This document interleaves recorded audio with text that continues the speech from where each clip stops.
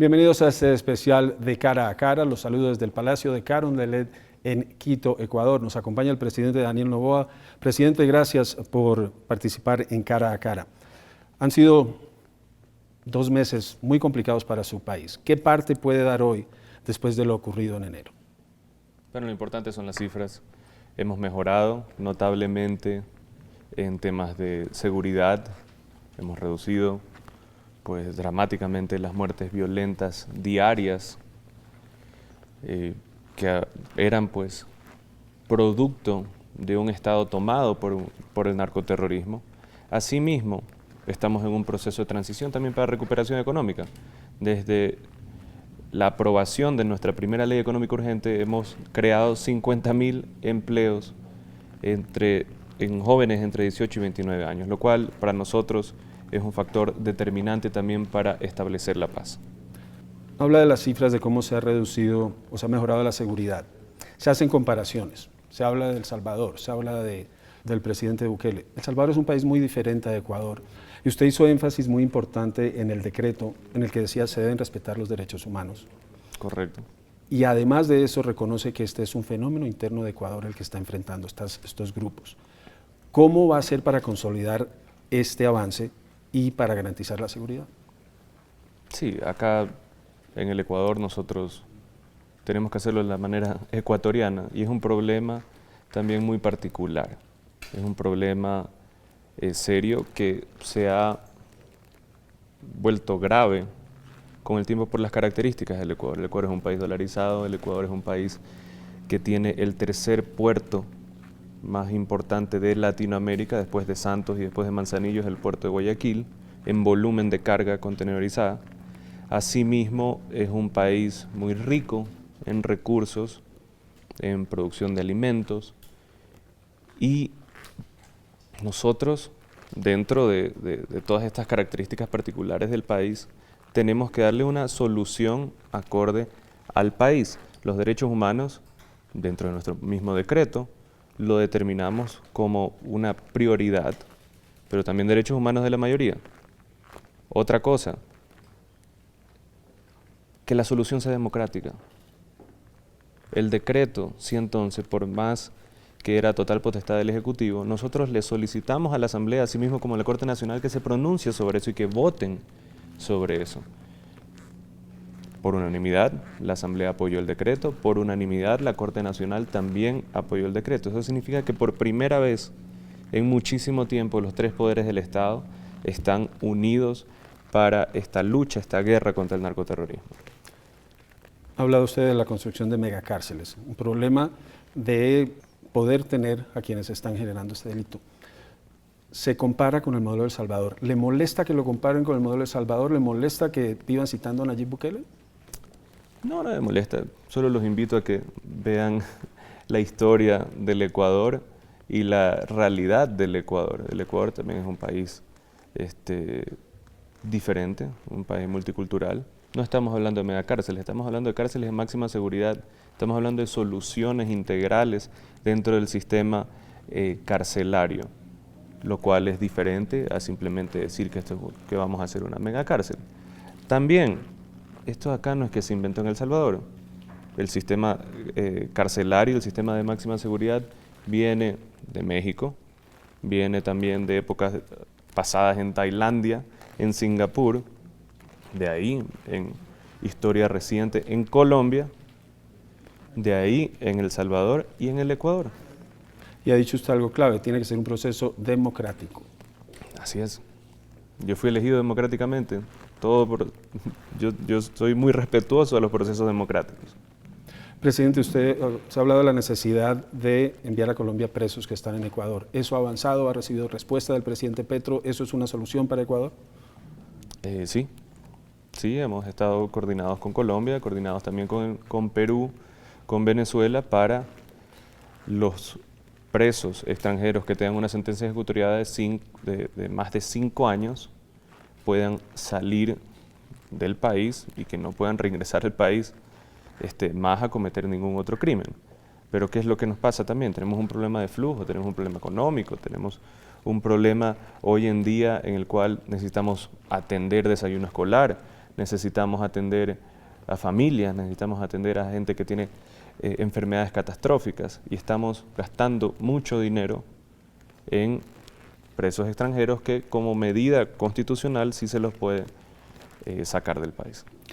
Las fuerzas militares haciendo presencia en las cárceles. Esta semana un comunicado diciendo se van a quedar ahí. ¿Hasta cuándo se quedan y qué tan necesario es que ellos estén ahí mientras hay un sistema que pueda controlar un fenómeno tan serio? Seguimos en un conflicto armado interno. Estoy usando los términos constitucionales sobre la determinación de lo que estamos viviendo.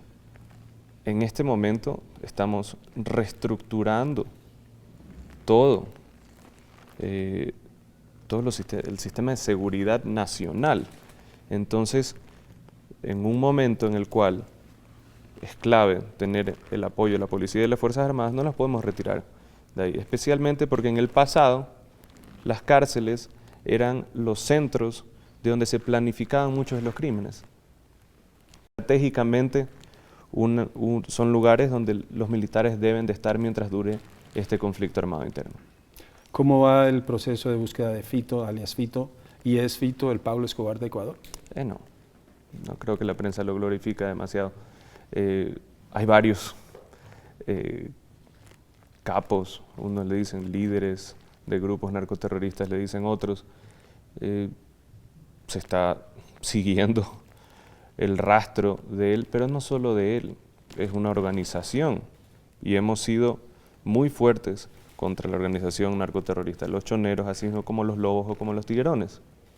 Esto no es una situación como el Pablo Escobar o como el Chapo Guzmán. Estas son organizaciones bastante estructuradas, en el cual pues no tienen una cabeza que determine absolutamente todo. A veces tienen caras visibles, pero no funciona como funcionaba antes capos del narcotráfico. Hablemos de la economía. ¿Qué tanto depende la economía de Ecuador, la región, Colombia, Perú, el mismo Estados Unidos? Esos fondos que mueven el narcotráfico son claves para diferentes sectores económicos. ¿Cómo se va a manejar ese tema en Ecuador? ¿Se puede la economía desligar de esa economía encubierta que genera el narcotráfico? Sí, que se genere empleo, sí. Y esa es nuestra meta. Nuestra meta es generar empleo, generar bienestar. Hay que trabajar también socialmente, hay que trabajar con las familias, hay que darle empleo a los jóvenes. La mitad de los 40.000 soldados armados de estos grupos narcoterroristas tienen menos de 30 años. Es gente que nunca tuvo una oportunidad, gente que nunca tuvo un empleo, gente que no se le dio educación, que no se le dio oportunidades de salir adelante. Entonces tenemos que ir al origen del problema. El origen del problema también es un tema social, es un tema económico y un tema de atención del Estado.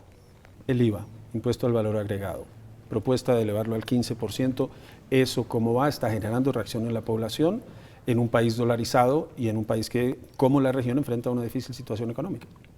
Correcto. Dígame usted, incrementar tributos, ¿cuándo ha sido popular? Nunca. Pero es una medida dolorosa, necesaria y momentánea. Porque el IVA, por más que el 13%, del 12 al 13% queda permanente, el resto es temporal. Estamos viviendo desastres naturales.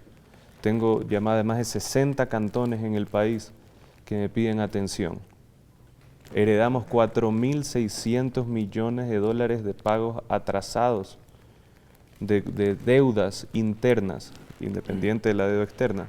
Entonces, por el momento lo que tenemos que hacer es asincerar nuestras finanzas, incrementar nuestra recaudación.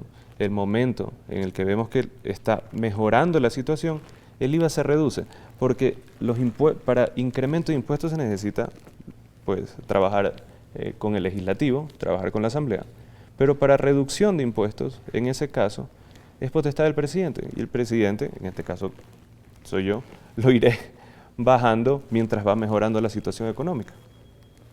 Una frase suya ha generado inquietud. Usted dijo que los invitaba a los ecuatorianos a trabajar más duro, que podrían comer más y hasta comer postre. Algunos la consideraron insensible. ¿Qué les dice? No, fue sacada totalmente de contexto. O sea, lo que me decía es, hablando del IVA, estábamos hablando sobre a quién afectaba el IVA. El IVA no afecta a medicinas, no afecta al transporte público, no afecta a la canasta básica. En ese momento la entrevistadora lo que me hablaba es, ¿y qué pasa con la gente que quiere salir a comer, quiere salir después de fiesta o quiere hacer eso? Y yo le digo, bueno, como usé de ejemplo, como el presidente de la República, que se ha forjado a base de trabajo, los ecuatorianos deberíamos en conjunto trabajar más para salir adelante. Y ahí, basado en ese contexto, pues comer hasta postre. La presidencia, usted llega en una coyuntura muy difícil para Ecuador, a terminar el periodo de Guillermo Lasso.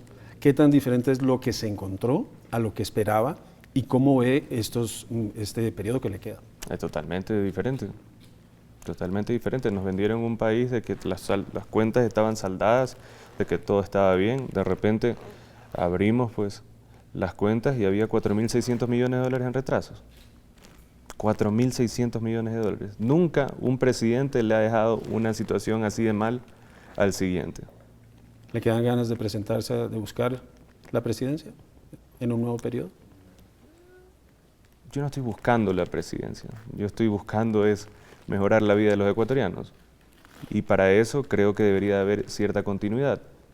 No podemos parar ahora.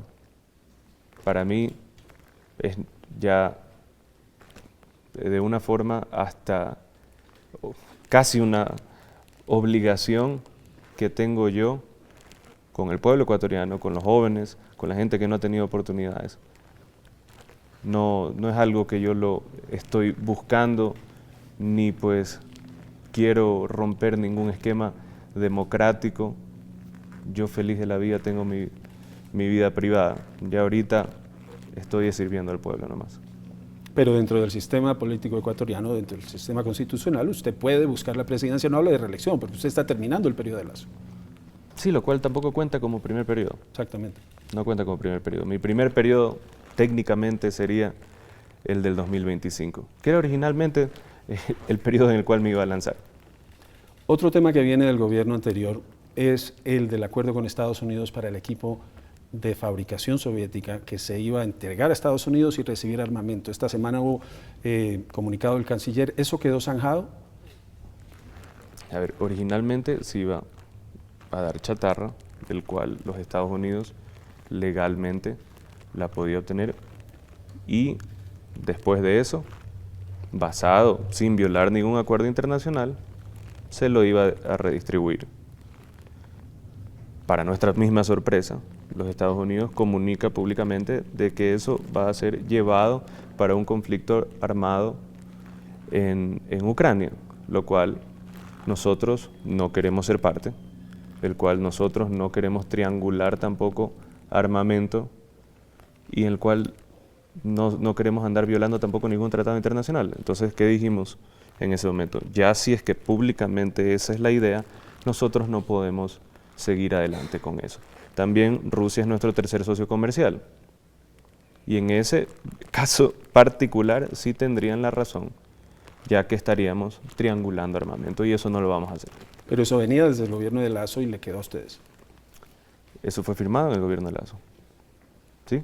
Eso fue firmado en el gobierno de Lasso, pero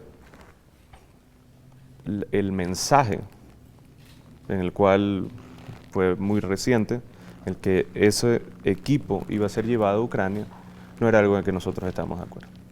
Quiero preguntarle de otro tema que se da hoy mientras grabamos esta entrevista.